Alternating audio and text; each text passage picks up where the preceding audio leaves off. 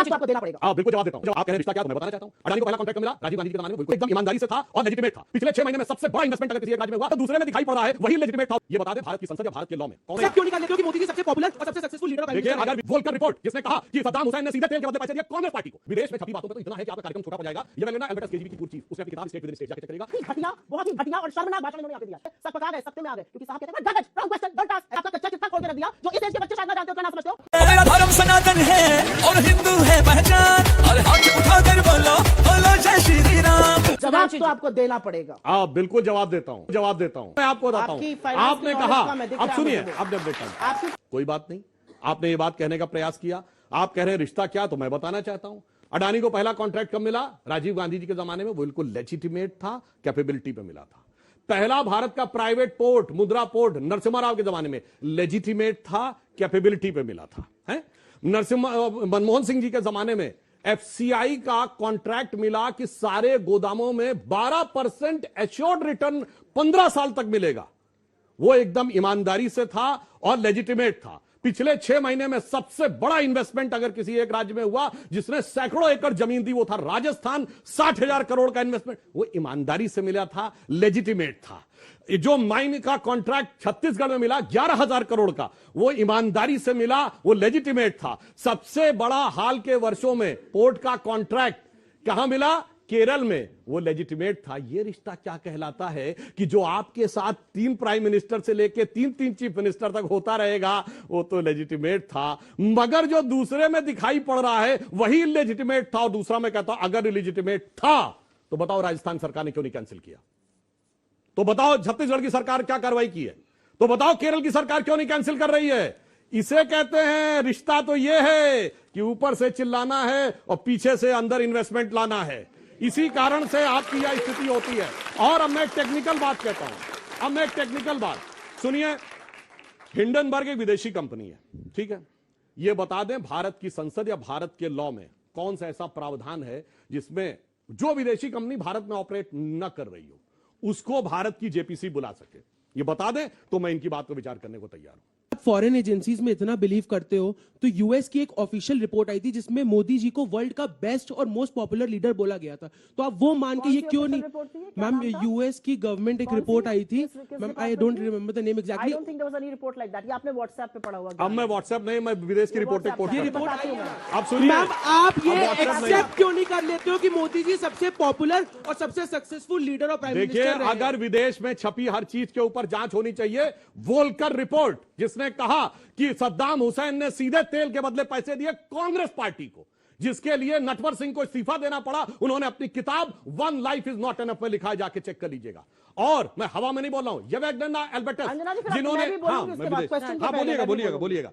विदेश में छपी बातों पे तो इतना है कि आपका कार्यक्रम छोटा पड़ जाएगा। ये एल्बर्टस केजीबी की पूर्व चीफ, उसने अपनी किताब स्टेट विद इन स्टेट जाके चेक करिएगा। उसमें मैं आरोप नहीं लगा रहा हूं, सोनिया जी के बारे में पता नहीं क्या क्या लिखा, एजेंट थी वगैरह वगैरह वगैरह, वो सारी बात छोड़िए। और KGB and the world part 2 Mitrokhin archive, Vasili Mitrokhin की किताब 2006 में, उसमें लिखा हुआ है कि कांग्रेस पार्टी को सीधे केजीबी से पैसा मिलता था 70 के दशक में। In conversation with A crow, जो एक सीआईए के रिटायर्ड ऑफिसर ने लिखी, उसने लिखा है कि लाल बहादुर शास्त्री जी की हत्या कैसे हुई थी उस पे। और जॉन केनेथ गैल्ब्रिथ की किताब एम्बेसडर्स हैंडबुक में उन्होंने क्या क्या लिखा, नेहरू जी के बारे में बोलना भी नहीं चाहता कि उन्होंने किस ढंग से लिखा है कि भारत के न्यूक्लियर मामले के ऊपर क्या हो रहा था।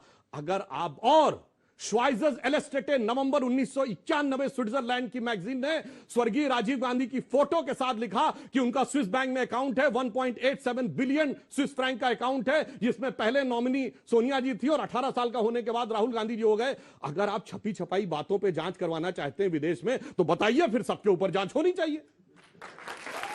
निहायत ही घटिया, बहुत ही घटिया और शर्मनाक भाषण इन्होंने यहाँ पे दिया है। और बताती हूँ क्यों। 5 बार की चुनी हुई सांसद को ये एजेंट बता रहे हैं। नहीं, मैं नहीं कह रहा हूं, मैंने बहुत कैवियट के साथ बोला, मैं नहीं बोला, नहीं बोली थी, चुप रही। नहीं, मैंने कैवियट के साथ बोला, मैं नहीं बता रहा हूं। 5 बार की उस पर दावा करिए केजीबी पे जाके। 5 बार की चुनी हुई सांसद पर, अरे अगर छपे छपाए पर ही यकीन करना है तो काहे बीबीसी की डॉक्यूमेंट्री से इतना घबरा कर ब्लॉक बीबीसी डॉक्यूमेंट्री काहे बीबीसी की डॉक्यूमेंट्री से घबरा भाई, विदेश की बात आप कर रहे थे, विदेश की बात मैं भी कर रही हूँ। विदेश की एक डॉक्यूमेंट्री थी, यूट्यूब पर दिख रही थी, सब लोग डाउनलोड करके देख रहे थे। सकपका गए, सकते में आ गए, क्योंकि साहब कहते हैं what garbage, wrong question, don't ask, ऐसे बोल रहे थे।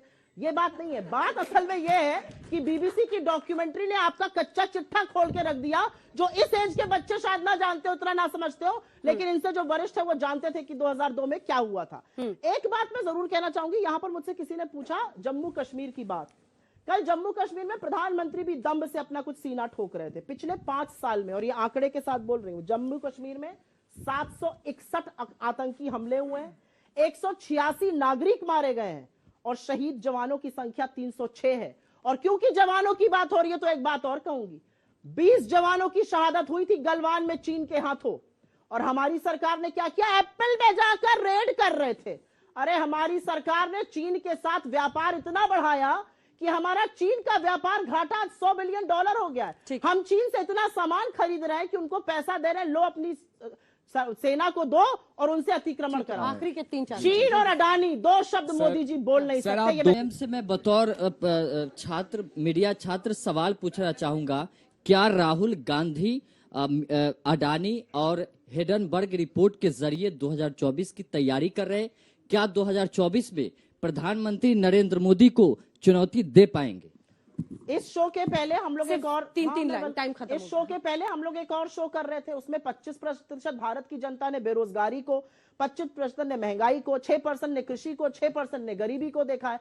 65% लोग इन बड़े मुद्दों को लेकर असंतुष्ट है। 2024 का चुनाव उस पर होगा बनाम 6500 करोड़ के विज्ञापन के। जो 6500 करोड़ के विज्ञापन देकर प्रधानमंत्री मोदी जी हर जगह छाए हुए हैं और मोदी चालीसा पढ़ी जाती है, चुनाव उस पर होगा, असल मुद्दों वर्सेस विज्ञापन। मोदी नाम केवलम, बीजेपी की यही जिस सर्वे की बात कर रहे हैं उसमें मोदी जी को 62% लोग चाहते थे कि प्रधानमंत्री बने, और राहुल जी को 14% डाउन हो गया, अभी 54 हो गया वैसे। अच्छा, फिर भी राहुल गांधी जी 14 से कितने बढ़े हैं बता दीजिएगा। नहीं, आपको सोचा मैं बता दूं। मेरा ये कहना है, मैं बता दूं, देखिए अंतर क्या है इस देश में।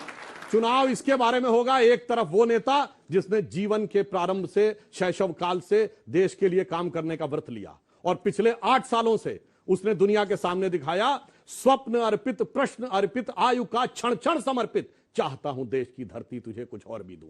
और दूसरी तरफ वो होंगे जिनको परिवार में तमाम इशरतों, इनामात, विरासत में मिले, और जलाए जलाल के साथ तुझे कुछ और भी दूं।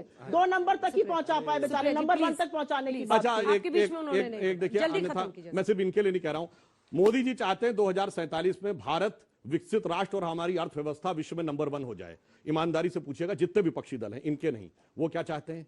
मेरे परिवार की अर्थव्यवस्था कैसे नंबर 1 हो जाए। कौन चाहता है कि भारत की अर्थव्यवस्था नंबर 1 हो? Modi versus all, no doubt about it. Nationalist हो तो वोट हमारा मोदी को होना चाहिए, ना भी दो ना, आएगा तो मोदी।